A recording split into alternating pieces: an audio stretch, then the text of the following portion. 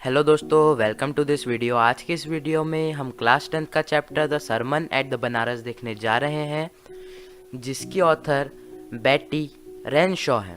अगर आपको वीडियो अच्छी लगे तो इसे लाइक कीजिए, चैनल को सब्सक्राइब कीजिए और सजेशंस कमेंट बॉक्स में दे सकते हैं। गौतम बुद्धा का बर्थ 563 BCE में हुआ था। वो एक रॉयल फैमिली से बिलोंग करते थे। वो एक राजकुमार थे। उनका नाम सिद्धार्थ गौतम था। उनको स्कूल स्टडी के लिए बाहर भेज दिया गया। उन्होंने सारे हिंदू पवित्र ग्रंथ पढ़े। वो वहां से 4 साल बाद लौटे। उनकी 16 की एज में शादी एक राजकुमारी से हो गई। उनका एक बच्चा भी हुआ। 10 साल तक उन्होंने अपनी फैमिली लाइफ हैप्पीली जी। अब तक उनको वर्ल्ड के दुखों से दूर रखा गया था। लेकिन जब वो 25 साल के हुए तब उन्होंने एक बीमार इंसान को देखा, फिर एक बूढ़े आदमी को देखा, फिर एक फ्यूनरल देखा, फिर एक भिखारी को देखा जो भीख मांग रहा था। पहली बार उनका लाइफ की रियलिटी से सामना हुआ। इसे देखकर वो बहुत निराश हो गए और उन्होंने सारे वर्ल्डली प्लेजर्स यानी सांसारिक सुखों को छोड़ने का प्रण लिया और परिवार को छोड़कर भिखारी बन गए और स्पिरिचुअल नॉलेज को ढूंढने निकल गए।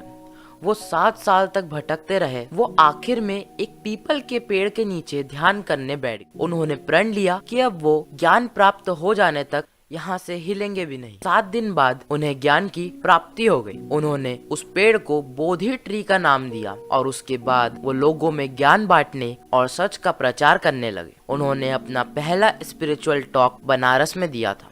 उसका टॉपिक रहस्यमय दुख यानी कि मृत्यु, डेथ पर था। कीसा गौतमी नाम की एक महिला का एक बच्चा था। एक दिन उसकी अचानक डेथ हो गई। वो एक ऐसी दवाई चाहती थी जिससे उसका बेटा वापस जिंदा हो जाए। लोगों ने उसे पागल कहा। आखिर में एक भले प्राणी ने उन्हें बुद्धा के पास जाने की सलाह दी। वो बुद्धा के पास गई और उनसे उसके बेटे को जिंदा करने के लिए कुछ दवाई देने का बोला। बुद्धा ने बहुत देर सोचने के बाद बोला, मैं इसे जीवित कर सकता हूँ, लेकिन तुम्हें एक ऐसे घर से मुट्ठी भर सरसों के बीज लाने हैं जिस घर में आज तक कोई मरा न हो।